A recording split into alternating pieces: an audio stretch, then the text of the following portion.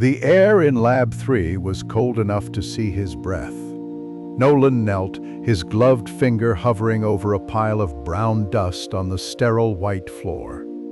Next to the dust lay a high tensile wrench, its metal warped and dull, as if it had aged 1,000 years in a minute. No signs of a breach, Chief, Cole said, his voice tight. He ran a scanner along the sealed bulkhead door. No forced entry. Jaxon was alone. Nolan stood up, his gaze drawn to the far corner of the lab. The air there shimmered, like heat rising from a desert road. It distorted the equipment behind it, bending light in a soft, silent pulse. Alone? I'm not so sure. He picked up Jaxon's datapad from the floor. The last entry was still on the screen, a single unfinished sentence. It's not an echo, it's an invitation to... "What is that thing?" Cole asked, pointing his sidearm at the shimmer. "Some kind of energy field?" "It's what Jaxon was studying," Nolan said, turning the datapad over in his hands. "Yes. Let's go talk to Elizabeth." In the command center of Tranquility Base, giant screens showed the dead lunar landscape outside. Elizabeth didn't look at it. She stared at a swirling blue sphere of data on her own monitor.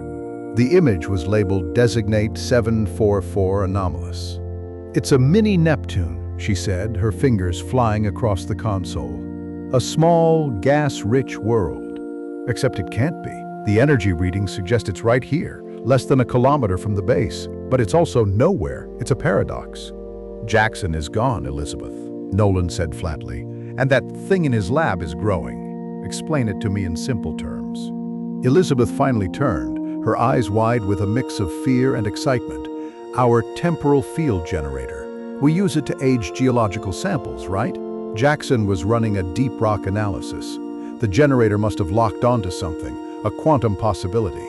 It's pulling a piece of another reality into ours. The shimmer in the lab is a bleed." "A bleed?" "Yes." Nolan repeated. He didn't like the sound of it. "And where did Jaxon go?" "I don't know," she admitted. "Maybe he got too close, maybe he fell through." An alarm suddenly blared, a sharp, repetitive sound that cut through the low hum of the base. Nolan looked at the main display. It was a life support alert from hydroponics. "Jessica is in that section," Cole said, already moving toward the door. They found the hydroponics bay empty. The rows of green plants were bathed in the purple glow of the grow lamps. Near a large water tank, a smaller shimmer no bigger than a fist hung in the air. The water directly beneath it was frozen solid, but the plants around it were brown and dead. "Chief, look," Cole whispered. Jessica's ID card floated on the water's surface. The plastic was yellow and cracked with age. As Nolan watched, a single green leaf near the shimmer withered, turning to gray dust before his eyes. "It's not just taking people," Nolan said, his voice low. "Yes, it's eating time itself." Back in the command center, Nolan ordered a full base lockdown. He played the last of Jaxon's audio logs. Jaxon's calm, scientific voice filled the room. "Log date 7-4. The anomaly is beautiful. My instruments call it a mini Neptune, but the name is too small. I see oceans of gas, swirling storms of diamond dust. It feels like looking at creation itself." The voice on the next log was different. It was filled with awe. "Spock date 7-5. It knows I'm watching. I can feel it. When I focus the sensors, the energy signature responds. It's not hostile, it's curious. There's a shore beyond the storm, I know it, a calm place." "He was obsessed," Elizabeth said softly. "He wasn't observing it, he was communicating with it." Suddenly the main power failed. The lights went out, replaced by the red glow of the emergency system.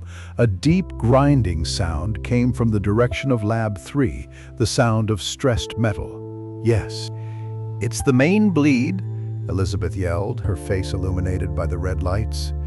"The event is becoming stable." Nolan and Cole ran toward the lab, their heavy boots loud in the silent corridors. The door to Lab 3 had been bent outward. They pushed through the gap. The shimmer was gone. In its place was a perfect sphere of absolute blackness 3 meters wide. It absorbed all light, a hole in the universe floating in the middle of the room, a true event horizon. Around its edge, they could see the swirling blue atmosphere of the gas giant from Elizabeth's monitor. The sight was terrifying and beautiful. "We can't shut it down," Elizabeth's voice came over their comms. "The energy release would destroy the entire base." The black sphere pulsed. A wave of distortion, like clear gelatin, emerged from it. It moved slowly, silently. Yes. Cole raised his weapon. But as the wave passed over him, the gun fell apart in his hands, its components separating into a cloud of metal and plastic dust. Cole screamed, a short, sharp sound that was cut off as his body elongated, stretched, and then dissolved into a stream of particles that flowed back into the sphere. Nolan stared in horror, frozen for a second. Then his training took over. He unclipped a flat disc from his belt, a stasis grenade. He armed it and threw it with all his strength. The grenade hit the distortion wave and exploded in a flash of blue light. The wave stopped, frozen in space and time, a solid, unmoving ripple. "Nolan, listen to me!" Elizabeth's voice was frantic on the comms. "I was wrong. The generator isn't receiving a signal. It's broadcasting. The feedback loop, it's exponential. It's amplifying a conscious thought and making it real." "What are you talking about?" Nolan shouted, walking carefully around the frozen wave toward the event horizon. "Yes. It's not another reality, Nolan. It's Jaxon's planet.